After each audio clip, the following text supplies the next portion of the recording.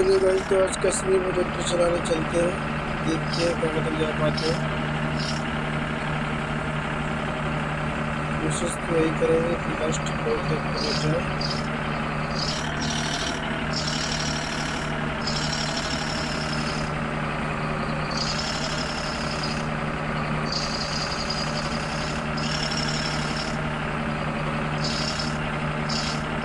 काफ़ी बर्फ़ पड़ी है,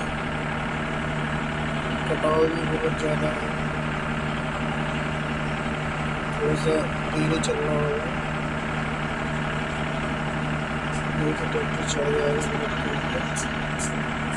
देखिए ये ट्रैक्टर हो चुकी है।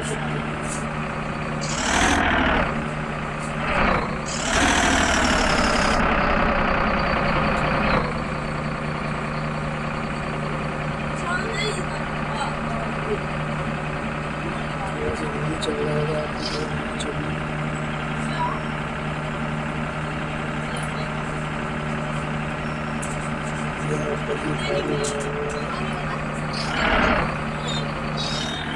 जूते पैर